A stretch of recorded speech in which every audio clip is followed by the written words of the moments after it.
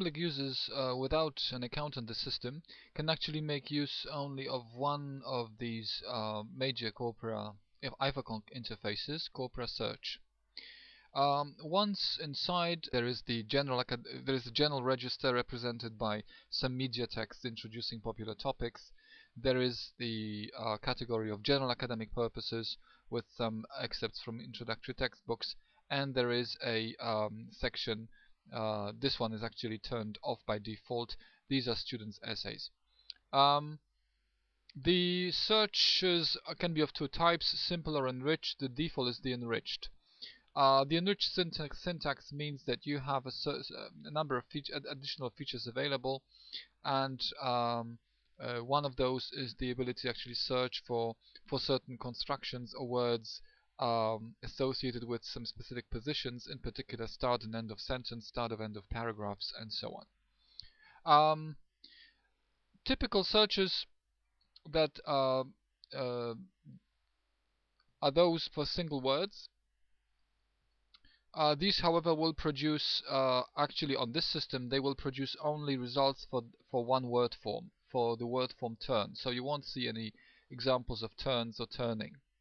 If you want to open this up and include all the word forms of this particular that belong to this particular lemma, or if you want to simply see a family of word forms, you would add the @ sign. And now you can see among the results also turning and turns.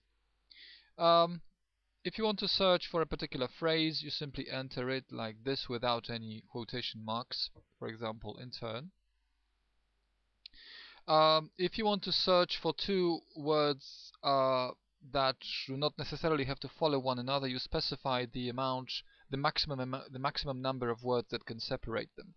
So you indicate this by, for example, +2. And as you can see, there will be cases of in its turn, in their turn, as well as in turn that are actually retrieved by this search.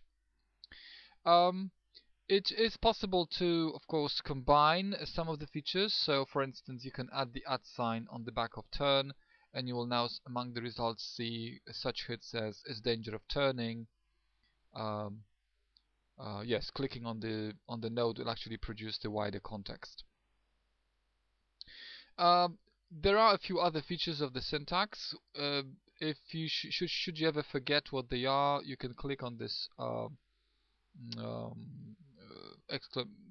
question mark, and it'll produce a little crib sheet with some of the features. As you can see, there is also the asterisk available, as well as the underscore, as well as the vertical bar, and then part of speech labels. The asterisk is used in order to kind of simulate parts of words. So this will again produce all the words that begin with turn. Maybe this is not the best of examples, but if we, for example,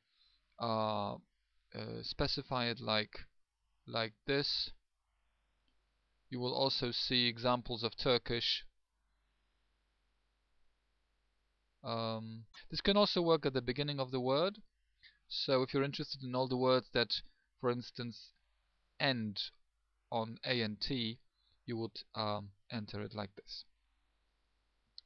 An underscore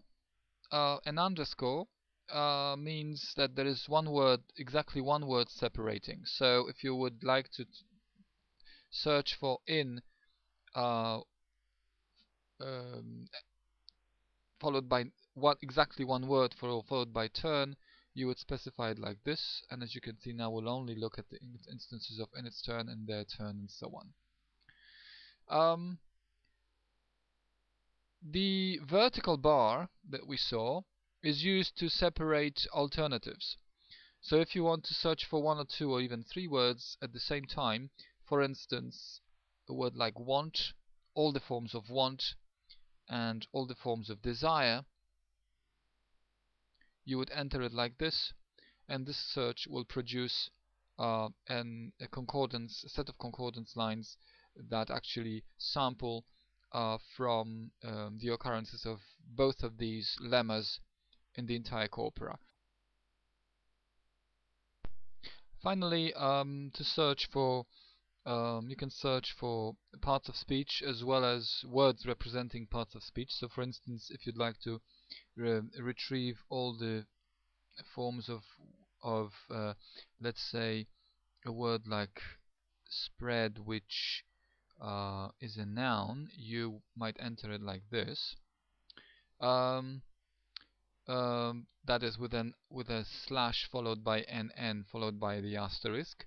And if you ever need information about parts of speech labels, you have it under the mouse right there. And you can also use parts of speech to simply without the word preceding. So for example, a combination like noun followed by of followed by use, for example, would produce something like effects of use in this particular case. So this wraps up some of the major features of the Corpora Search syntax.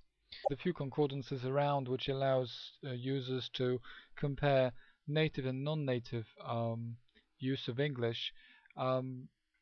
It is known from research into such corpora that learners tend to overproduce words, expressions which are generally highly frequent, and therefore high frequency words sound like useful candidates for probing the tool.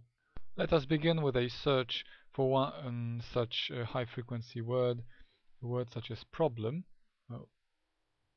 Problem appears to be slightly more frequent in this corpus, which is a corpus of introductory textbooks, as opposed to certain popular introductions to various topics, which represent one of the media genres, one of the general purposes genres.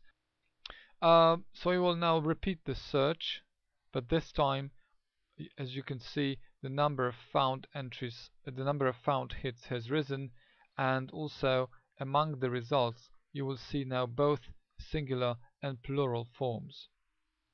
We mentioned that high frequency words tend to be overused in students or learners' use of English. Let us then turn on the student corpus and run the concordance again in order to compare the statistics. Indeed, what we see here is an even larger number of these, an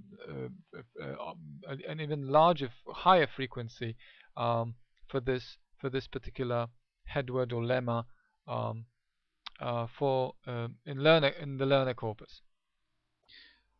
If you want to make use of more features, you will need to register on the system. If you have a public user account on the system, you can execute your searches, run your searches over the corpora available. Each of your searches will actually now be a web link which you can pass on to others. At the same time, each of your searches is actually recorded and stored in the so-called history of your searches. You can also, each of the searches can also be annotated. You can choose to annotate. For example, for this search, you might want to annotate that the expression in turn is slightly more frequent in academic texts than in non-academic texts. You would choose to annotate, and you would just state exactly that. More frequent in academic texts. You might want to add more if you'd like to. There is a set of recommendations at the top. Save and exit. And at this point, your observation together with your search is stored in your annotated history. If you click on the history link, it will produce an interface like this. Your search can be repeated any time later, as well as the annotation can be changed anytime later. Our search is rather straightforward. Besides this video, there are a number of help tips. Are very much welcome.